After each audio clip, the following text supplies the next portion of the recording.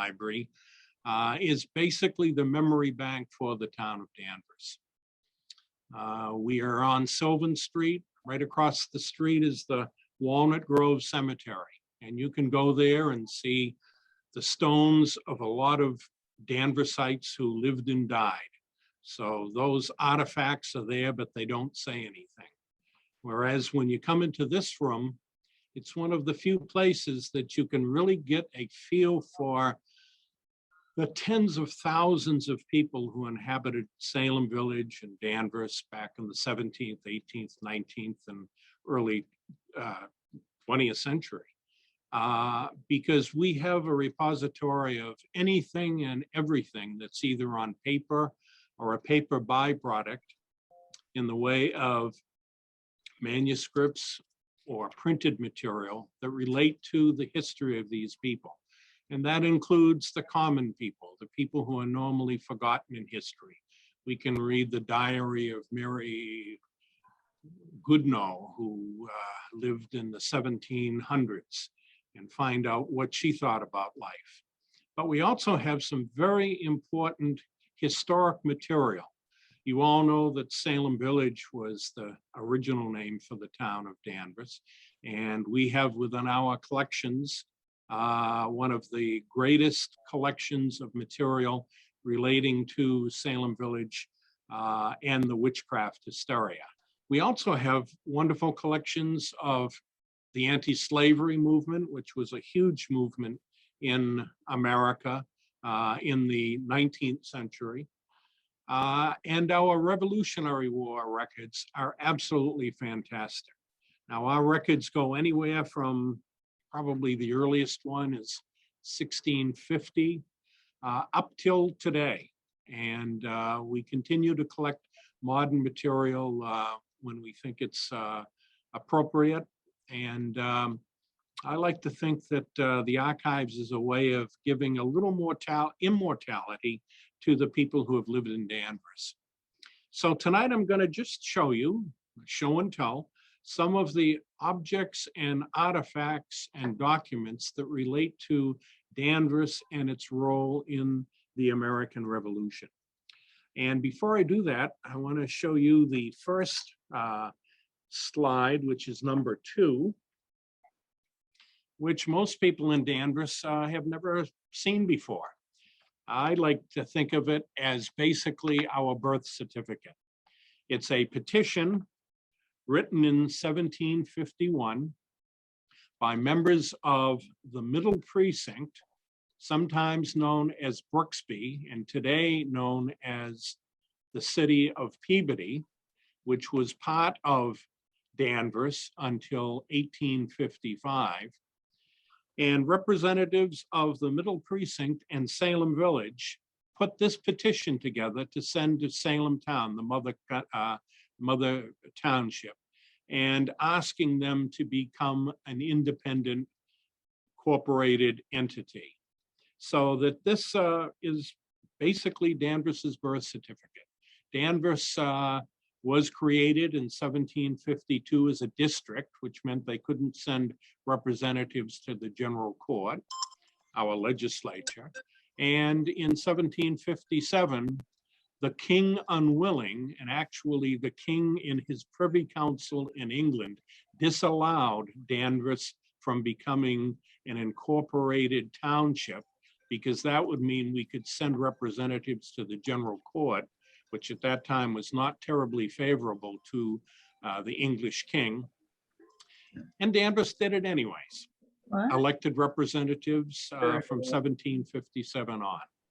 So this document, and we can come back to me, is just a wonderful early document that pertains to the birth of Danvers.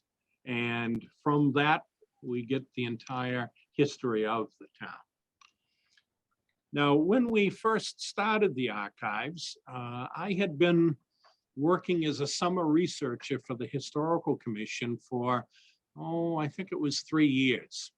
And my instructions for working in the summertime for 10 weeks was to catalog everything that was historic for paper in the town of Danvers. And if you can show slide number 3, in town hall basement, most of the documents were located in wooden crates. And I always love to see these crates made out of wood from the 1930s. Has a little double meaning, dried prunes for relief. And these boxes, and there were hundreds of them, were located in the 2 vaults at Danvers Town Hall. And I started going through them. And as soon as I started going through them, I realized that there were vermin in these boxes, that the conditions in the basement of Danvers Town Hall before its modern renovation included in the springtime little rivulets that went over the concrete floor. Get rid of this. And they lost the combination to the safe probably eons ago, so that anybody who wanted to could walk in there. And I realized that, these records are in danger. And the town clerk's office, when asked historic questions, couldn't really take care of many requests because they didn't know what was where. And it was from these boxes back in 1969 that I found the first real gem of what became the Danvers Archival Center. And if you can go back to me, I'll show you the original little document here, which is a bill. And if you can go to slide number 4, you can see it in print. This was not like most of the other items that were just slips of paper with handwriting on it.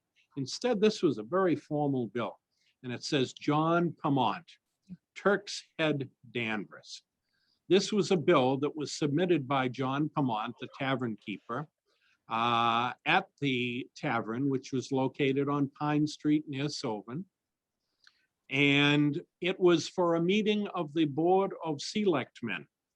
Now, in those days, we didn't have a town hall, and instead, the selectmen would go to a public house and have their meetings. And here, if you take a look, you can see that they spent 7 shillings. That's quite a bit of money, actually, on eating.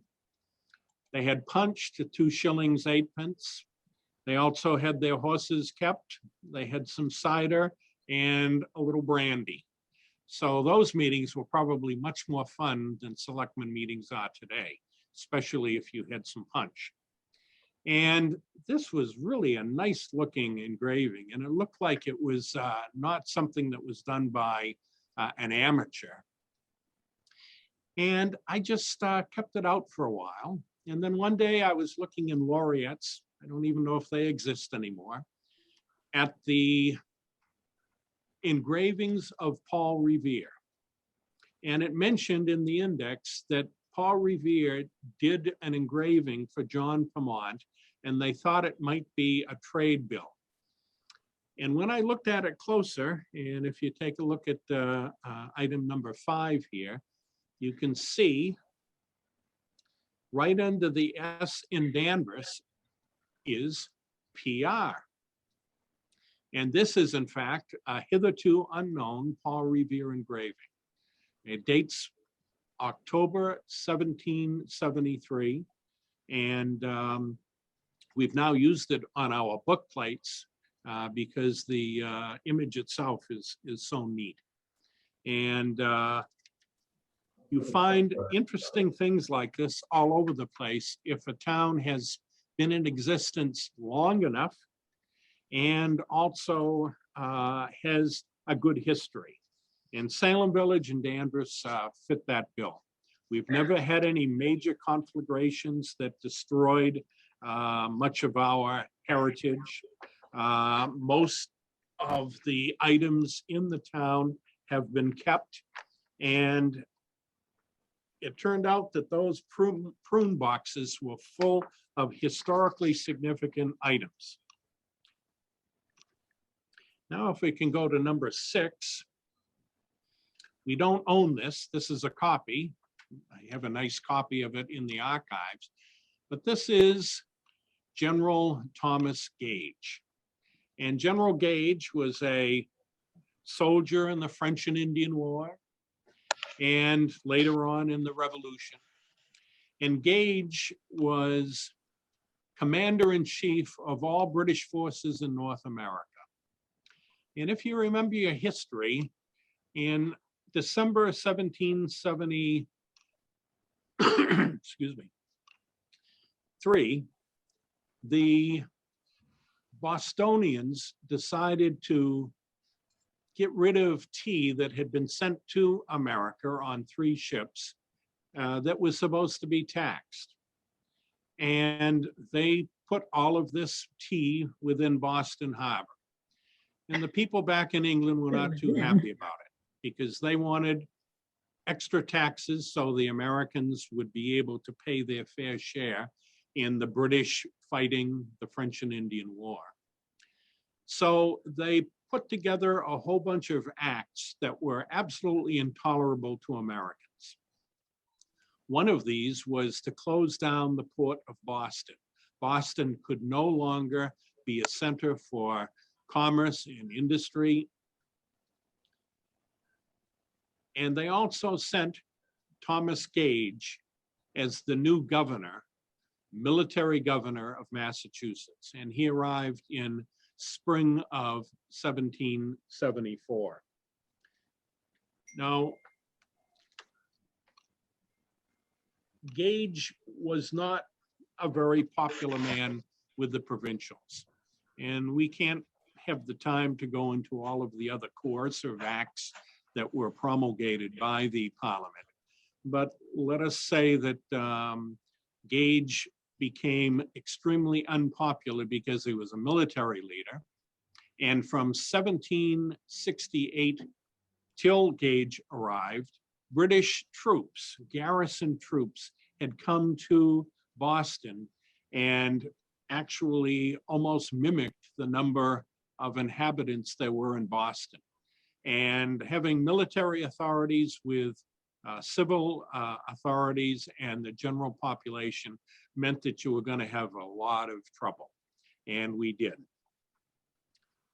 Gage, since Boston was closed down, moved the capital of Massachusetts Bay Colony to Salem. And he found a residence, and if we can have slide number 7, he had his residence at the beautiful, high-style Georgian Robert Hooper summer house. Robert Hooper was a merchant who lived in Marblehead. He was beloved by the Headers. And he had a summer residence that he built in the 1750s in Danvers. And it was by far the most extreme house that the local yokels in Danvers ever saw. And in 1774, he offered for a price the governor to come and reside there while he was watching over the capital, which was now in Salem. So Gage came in June of 1774.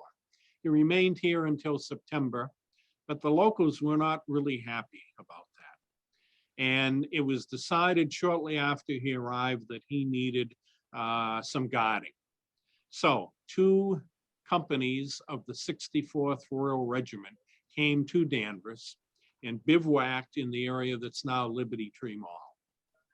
And they were not popular to the inhabitants of Danvers. And we have a very interesting item. And if we can show slide number 8. Everything that we have doesn't have to be written or printed. And they can be objects. And this little object here is a little box made sometime in 1774 by a woman named Sally Epps, who was 20 years old. And one day she came upon some British soldiers, not officers, but just enlisted men, behind the Hooper mansion, playing cards. And they were told not to have anything to do with the locals. So as soon as they saw the 20-year-old, I'm surprised they left, but they actually left and also left their cards behind. And she picked up these cards. And I don't play cards much, but when I do, I really need to see the numbers on the cards. And in the 18th century, cards had like 6 hearts on it that would represent 6 of hearts, but not the 6. So you would have to really look very quickly to find out what you were having in your hand. And if you can go back to me for a second, I'll show you the original and maybe a little close-up of the top of this little box that has the King of Hearts. And this is a remnant of when the British were in Danvers. And it's a nice little detail and something that it's wonderful that we have in the collection. And that item actually belongs to the Danvers Historical Society. Still functioning or dead, with the exception of the Catholic Church, which has its own archives in Boston. Every church in town, the Baptist, Congregational, First Church, Methodist, have their material on deposit with us. We take care of it for them. We properly store it, do research for them when somebody asks a question. So our deposit collections, our purchase collections, and those collections that are owned by other organizations make up the bulk of our collection area. A couple of years ago, I obtained through an auction in New York, and I was on the line while the auction was going on, and I was praying I was going to get it, is item 9.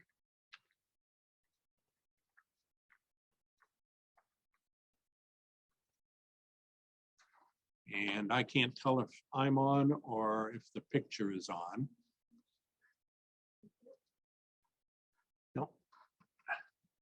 But if you can see it, this is a very rare document signed by Thomas Gage, requesting or actually ordering a person to come to Danvers. And the person was Jeremiah Powell, who was one of the mandamus counselors, the people who were supposed to run the governor's council.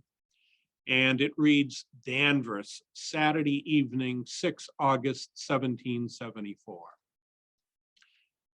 I desire you to meet me in Salem on Tuesday, the 16th instant at 11 o'clock p.m. on His Majesty's service. And it's signed Thomas Gage. This is the only document I've ever seen from any collection that relates to Gage and Danvers. So it's really a very precious item, and I was very pleased that we got it for our collection. I still can't see anything.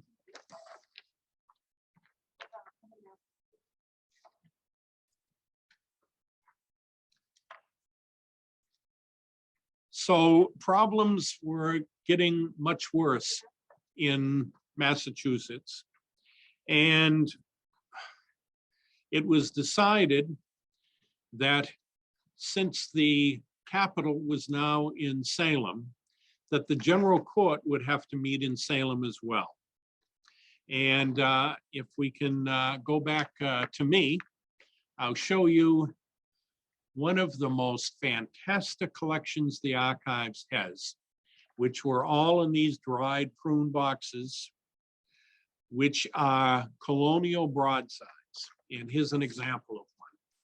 Broadsides are items that were printed on one side only for legal, advertising, or other purpose.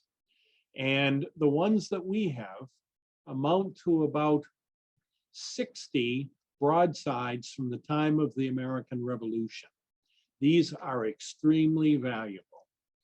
They often only made 200 of these broadsides to send it out to each township in Massachusetts.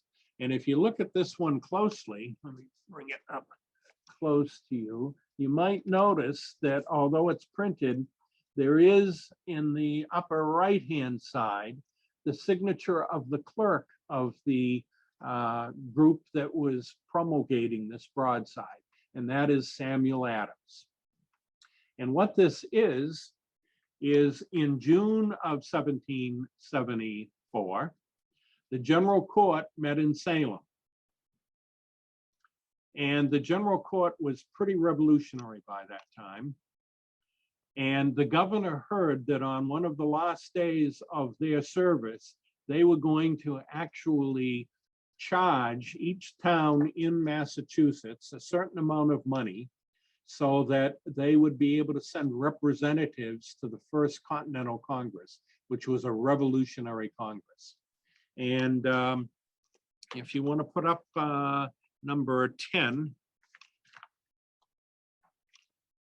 Gage heard this was happening, and he sent his secretary, a fellow by the name of Fluker, to Salem to disband the House of Representatives. And as they saw Fluker coming, they decided, lock the door. And Fluker couldn't get in to read his decree that the House was abolished. And they made their vote. Danvers had to pay several pounds as its share of money to send representatives to the First Continental Congress. And then they prorogued, they left. So this was not a happy thing to have being done. Gage didn't really see the handwriting on the wall because a next session was going to occur in October of the colonial legislature. And we've got one of the neatest little broadside, it's number 11,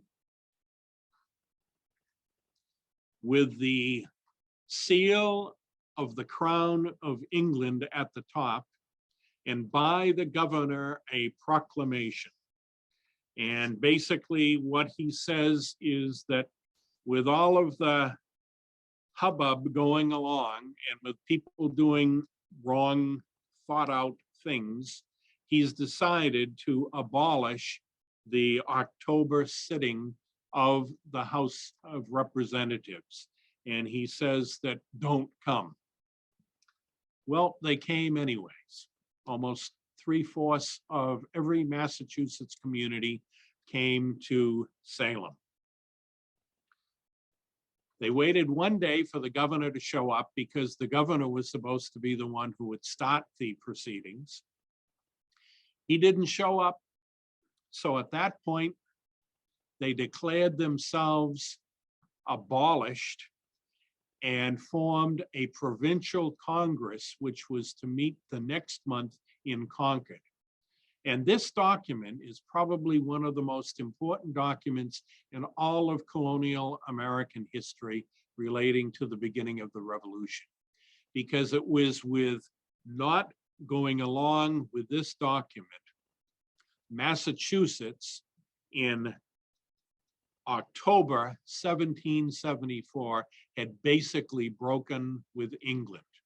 We tend to think Lexington, Concord did it, the Declaration of Independence did it, but what they did was they got rid of their own government and formed a rebel provisional government that then ran Massachusetts. So Governor Thomas Gage at Province House, where he lived in Boston, now controlled in all of Massachusetts the town of Boston. That's all. And the revolution was on. So again, this little document was in the prune box.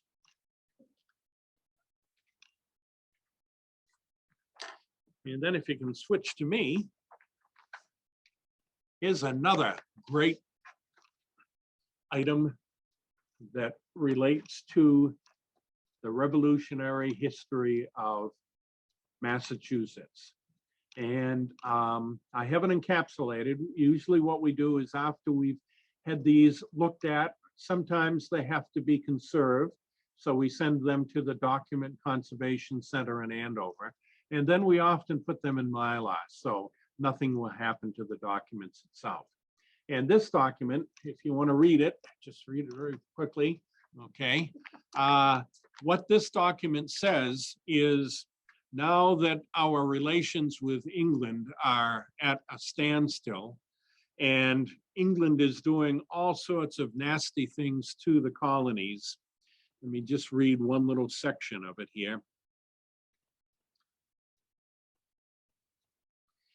And that the field officers elected by the people forthwith endeavor to enlist 1/4 at the least of the number of respective militia, and form them into companies of 50 privates at least, who shall equip and hold themselves in readiness to march at the shortest notice.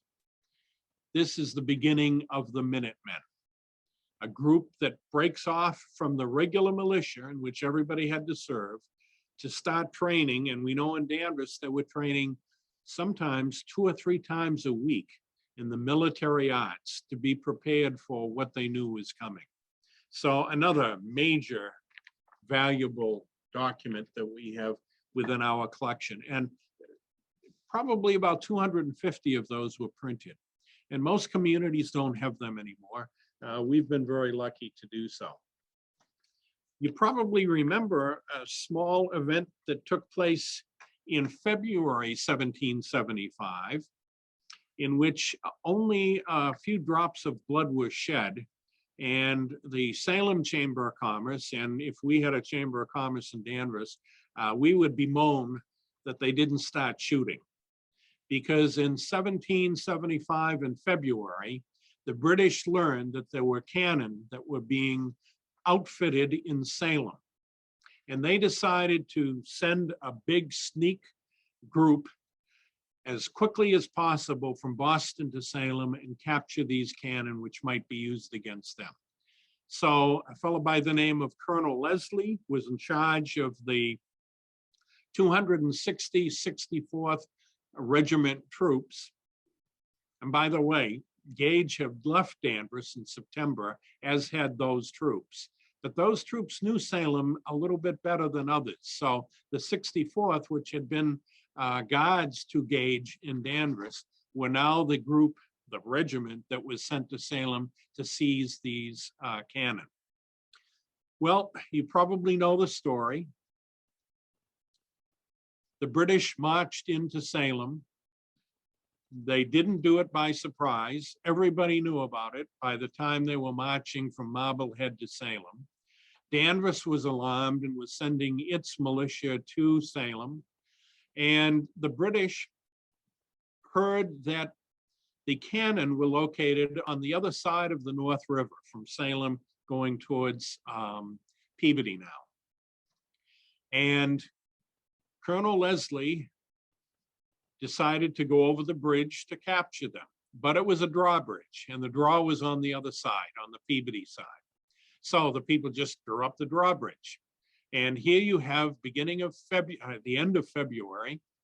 It's about 4 o'clock in the afternoon. It's a cold time. You got 260 British troops.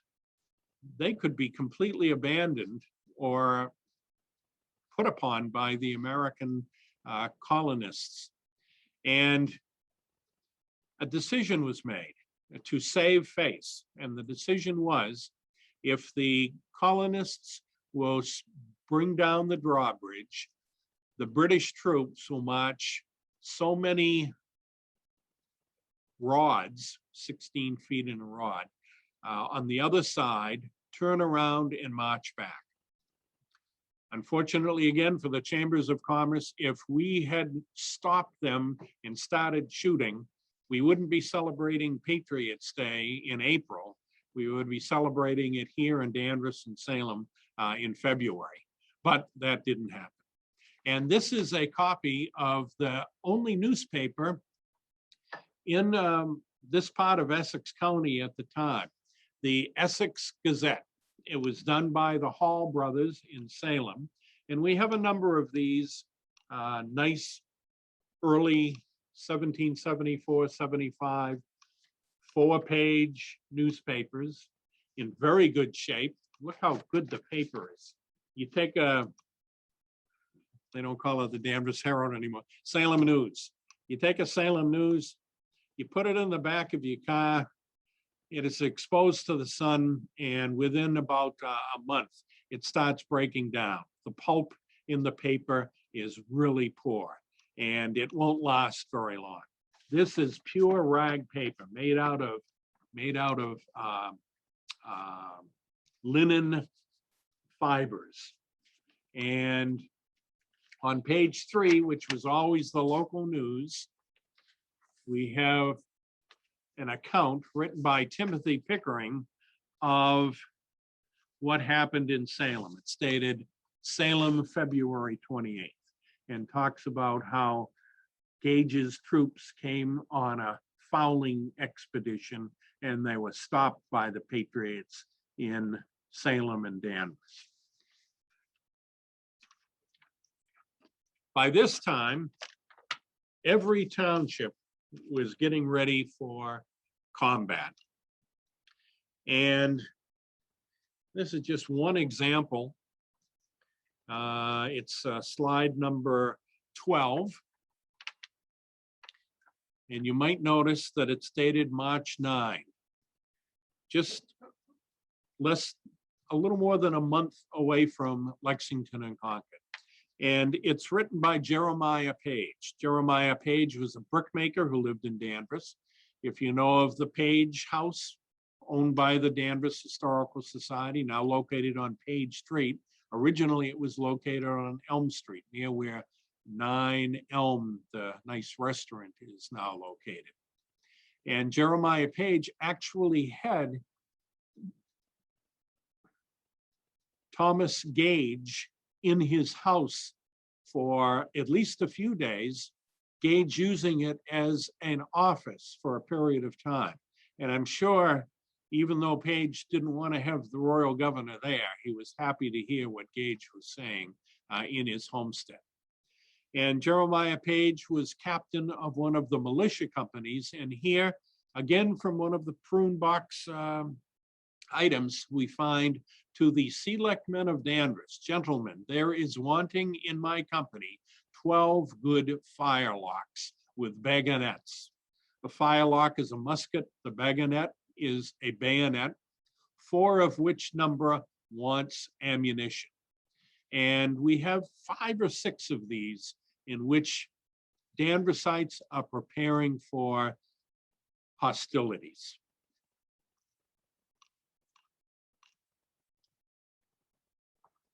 And then if you turn back to me for a second, here's an archival folder we have. And this particular one has just a whole slew of documents from the treasurer's office in Danvers relating to military affairs before Lexington and Concord. And let me just show you one. When I was looking at it today, I decided we've got to have this partially restored because it's starting to break at the creases. But this is a listing, and although it's dated May 1775, it's actually written sometime earlier, because what it is a listing of how much gunpowder, lead ball, and cartridges are being distributed to Danvers militia, alarm, and Minutemen. And included in that number, let me see if I can find it right here, is Jotham Webb. And Jotham Webb, on the right-hand side, about 5 names down, was actually killed during the Lexington alarm. So this was distributed prior to the battle itself. These are maybe not to the regular person, but a person like me who's really into history. These are, the basic works that have us understand what was going on in history. History is much more than famous or infamous men. It's the average man and what he or she did during times of crisis. You all know April 19th, 1775. We now call it Patriots' Day. It's a public holiday for Massachusetts and Maine, although sometimes it's kind of overshadowed by Marathon Monday. To me, Patriots' Day is the most sacred day in Massachusetts history because it's the day in which a lot of average, usually younger people, actually went off and tried to stop the ministerial army from taking materials and supplies from Concord and beginning the American Revolution. This document, which I got about 4 years ago from one of the premier manuscript dealers in America. He's since passed away. He got to be kind of friendly with me. He lived in the better part of the more expensive part of Florida. And his documents usually started at about $5,000. You'd want a copy of a letter by George Washington for $32,000, he would be able to get it. He found this, and this I've never seen any other items like it that weren't in the Massachusetts State Archives. What it is when the British started marching to Concord, they went by Arlington and then Lexington and had their first firefight. Actually, it was a one-sided firefight in Lexington, killing 8 Lexingtonians. They then went to Concord. By that time, the American provincials numbered in the hundreds, and by the end of the day, in the thousands. And as the British tried to get back to Boston, there was firefighting all along. And the worst firefighting was in Arlington. And as you probably know, it was Danvers men in Arlington who suffered the second largest casualty of the day. And all of those who were killed were under 24 years old. We lost 8 Danversites in Arlington, the worst firefight of the day.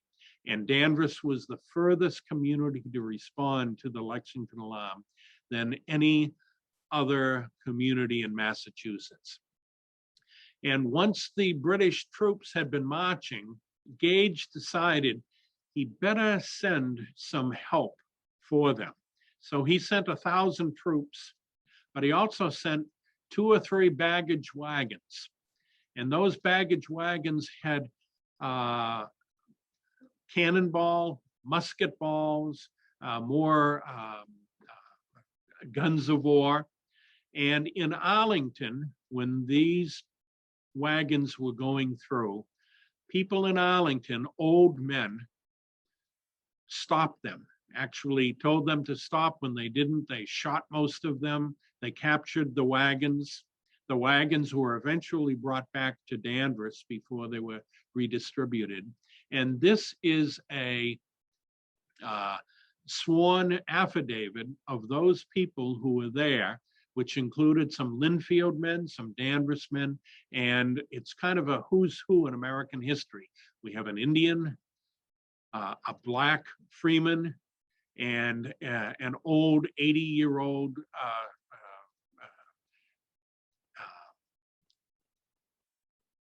former soldier who were this party that stopped the British. It's a very nice item, and he gave it to me for under, I think it was $300. And this is worth so much more than that. And I'll always be thankful to him because he knew that I was looking for anything having to do with Danvers, Salem Village, and was willing to give that. And then we have the piece de resistance. If you look at item number 14, it was shot in bad light. This is probably the most important revolutionary handwritten document we have. Israel Hutchinson lived in Danvers Port, and he was a veteran of the French and Indian War, and he was one of those who became a captain for a local minute company, and the minute companies could march without orders if there was trouble, whereas the regular militia had to wait. And this is a roster of the people who marched in Captain Israel Hutchinson's company. And it was composed of both Beverly, what we now call Ryleside Beverly men, and Danvers Port men. And although we have a pristine copy of this within the state archives, it's not written up with the items on the right. And if you can go back to me for a second, I'll show you what makes this absolutely fantastic. There's nothing else like it that exists in any other repository.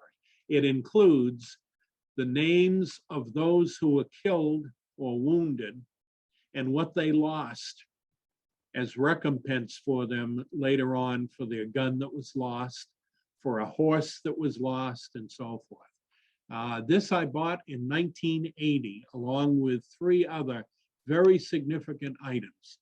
And I wish I had bought it for myself. Someone at auction had this available. I don't think people knew what it was. And I got all 4 documents for a little more than $300. Today, you couldn't touch this. Well, I never like to talk about prices, but you could buy 2 or 3 good cars for what this probably is worth today. And it's just such a wonderful thing to have within our collections. And then if you can go to item number 15. Fine arts are also a collecting area for us, although we don't have a lot of these because portraits and fine arts are a little bit expensive. This is a painting of Levi Preston when he was in his 85th year in the 1840s. And Levi Preston, he really looks like a real old codger, someone you wouldn't necessarily want to meet. If you ever come into the archives and take a close look at it, his eyes show a very gentle soul.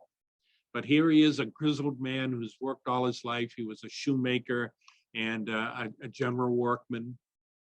And at the age of 19 in 1775, he took his musket, probably a town musket, and marched with his company to Arlington to participate in the battles of Lexington and Concord.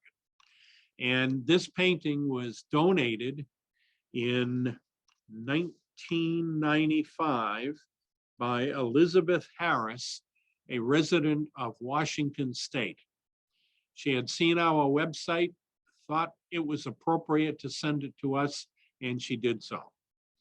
The Historical Society has a smaller copy of this, which only shows the face, again, of Levi Preston. He was, by that time, in the 1840s, you know, one of the few Revolutionary War people left. And this was a wonderful gift from a very nice person. Let me also just show you, if you can go back to my face, some of our nicer items that relate to the town of Danvers are our manuscript books. And this is a restored manuscript book of all of the town meetings in the town of Danvers. And we have about 14 volumes. They date from 1752. We keep the non-current ones, so ours go to about the 1920s. And this has in it the records of Danvers town meeting, done in very clear hand and very nicely done. If any of you are alive and participating in Danvers at the time of the American Bicentennial, 1975-76, we had a bang-up time in Danvers.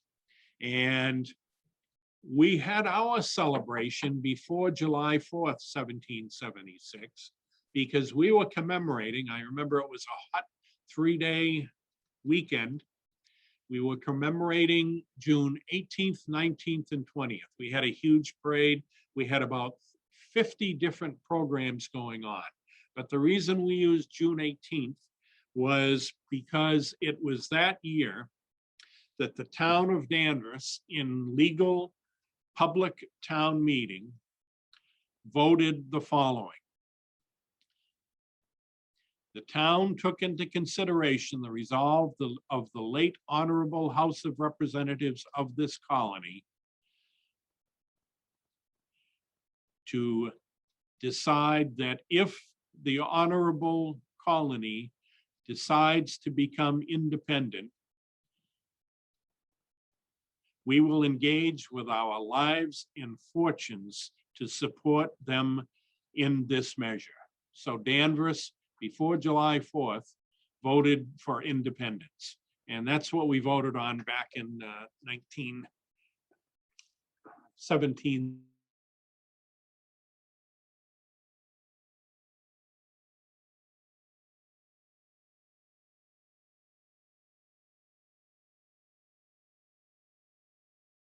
Whereas in Samuel Holton's handwriting, Samuel Holton is probably the greatest revolutionary in Danvers that are in the town meeting volumes.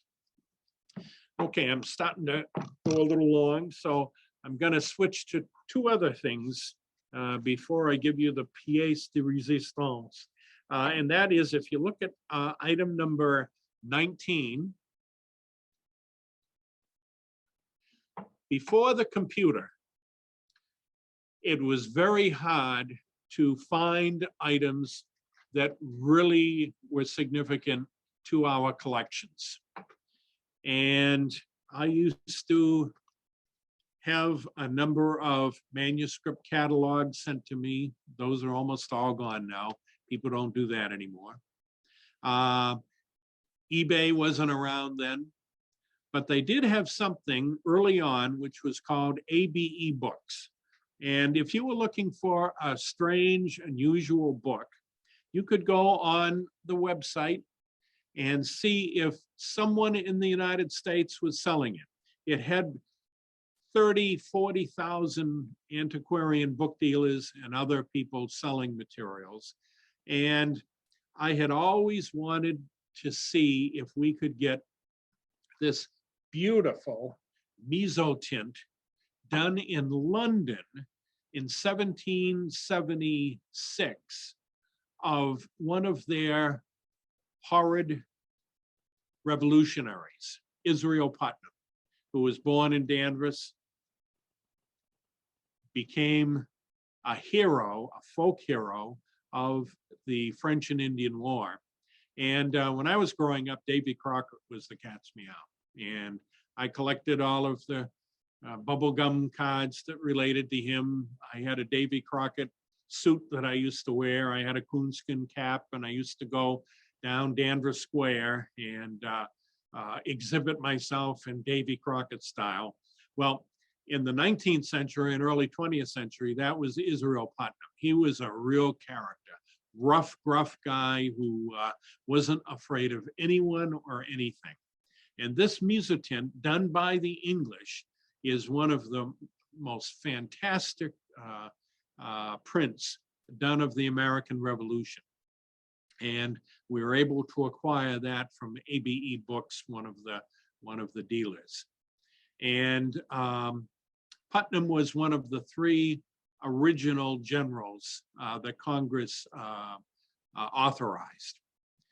Since then, I found a German impression of Israel Putnam done in 1778.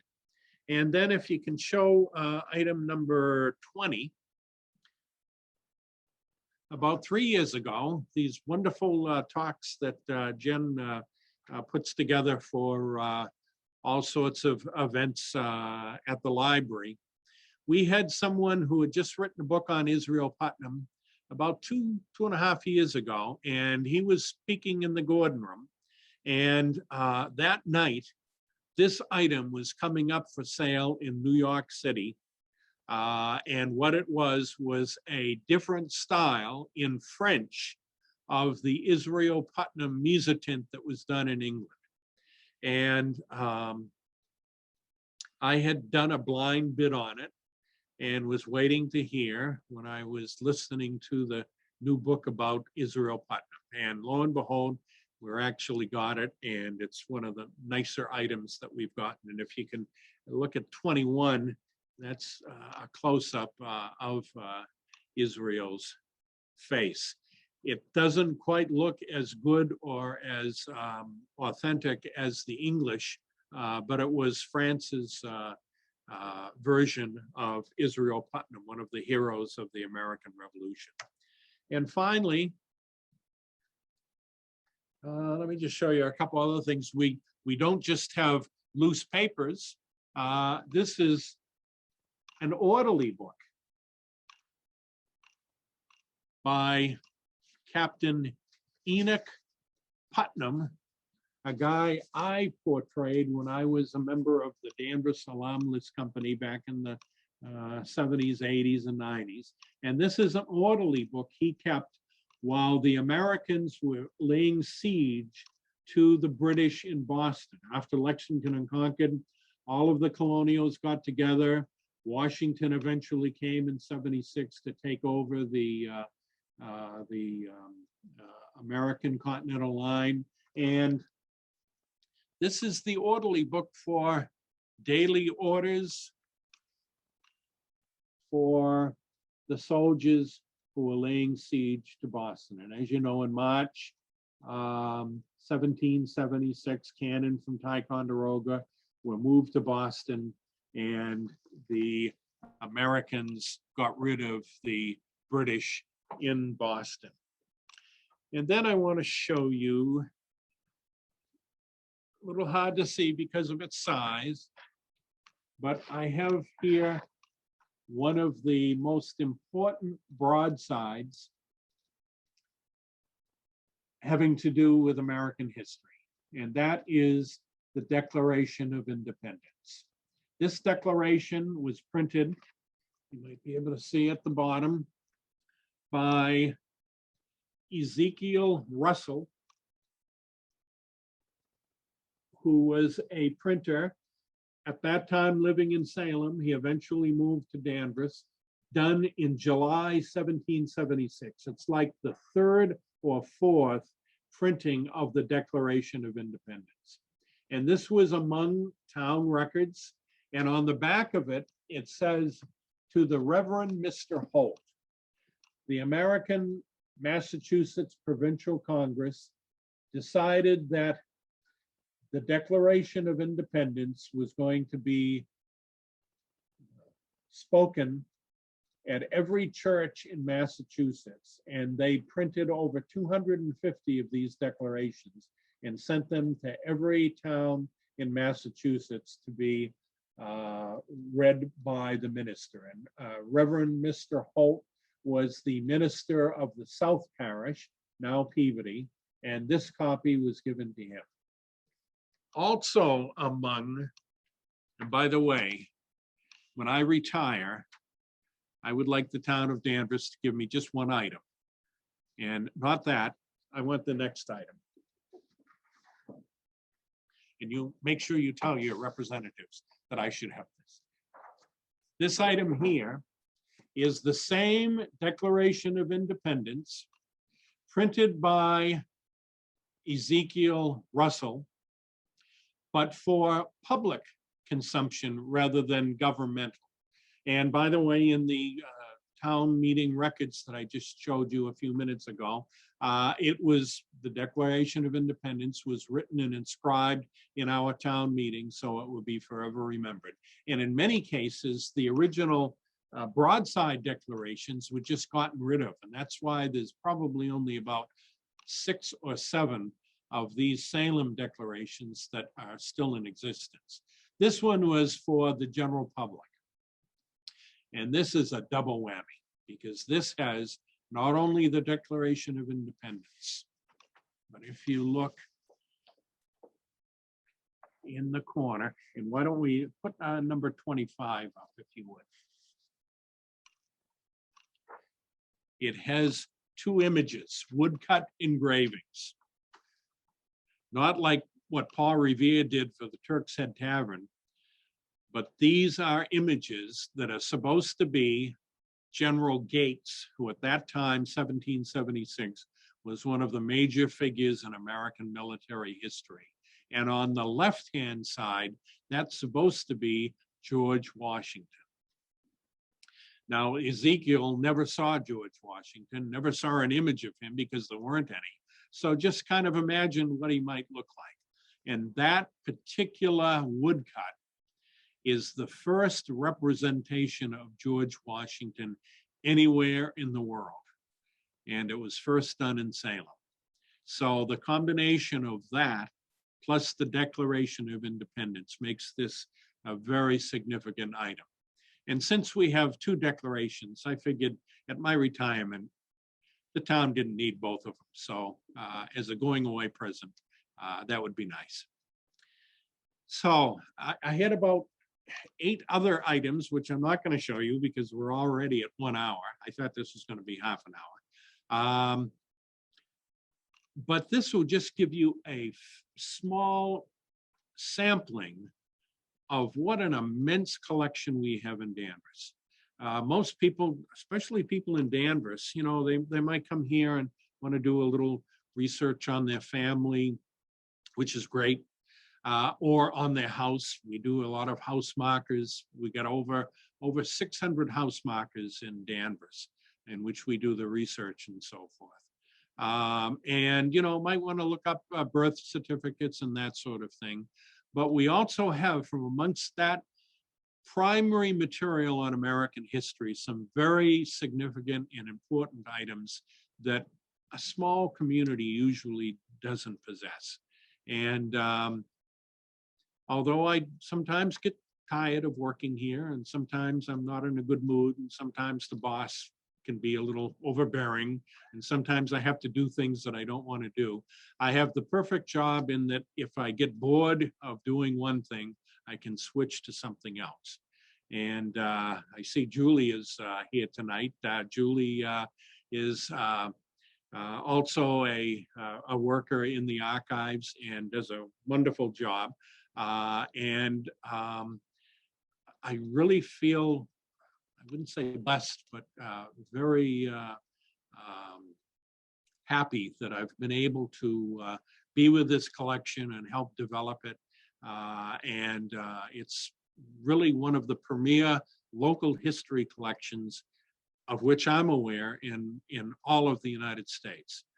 Back in the 70s, I figured every community would set up an archives like ours. A few did, some of them with, what was it called? 10%ers, they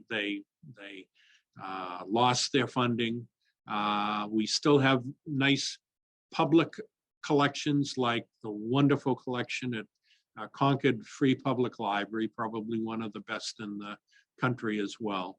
But when COVID is over, when you can come back, everybody's emailing me. I get more emails than we can take care of. But when we actually are able to see people again, come in and take a look at some of the materials we have. They're for your benefit and the benefit of other people who are doing research. And It's a wonderful resource, and I hope this has given you at least a fraction of an idea of the significance of some of our material. But it's the common people whose story is also told that makes this also a nice homegrown collection. So with that, thank you very much for listening, and see you again.